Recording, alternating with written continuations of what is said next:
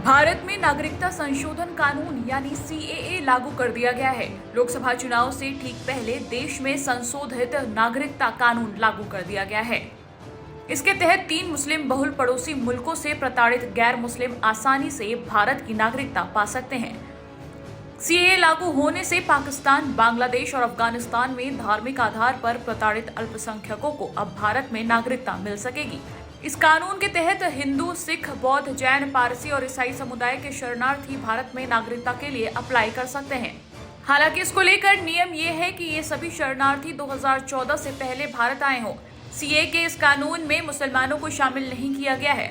इसके तहत पड़ोसी देशों से आए मुस्लिम शरणार्थियों को भारत की नागरिकता नहीं मिल पाएगी। भारत में सीएए कानून लागू होने से पाकिस्तान से भारत आए हिंदू शरणार्थियों को भारत की नागरिकता मिल सकेगी। इस बीच भारत में सीएए लागू होने के बाद पाकिस्तान का पहला बयान सामने आया है। पाकिस्तान भारत में सीएए कानून लागू होने से बौखला उठा है। पाकिस्तान ने भारत के नए सीएए कानून को भेदभाव पूर्ण करार दिया है। पाकिस्तान ने कहा है कि सीएए कानून लोगों के बीच उनकी आस्था के आधार पर भेदभाव करता है। सीएए पर टिप्पणी करते हुए पाकिस्तान विदेश कार्यालय की प्रवक्ता मुमताज जहरा बलूच ने बयान दिया है।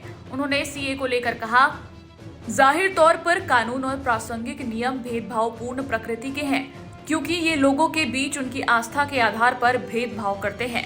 ये नियम और कानून गलत धारणा पर आधारित है कि क्षेत्र के मुस्लिम देशों में अल्पसंख्यकों पर अत्याचार किया जा रहा है और भारत अल्पसंख्यकों के लिए सुरक्षित आश्रय स्थल है।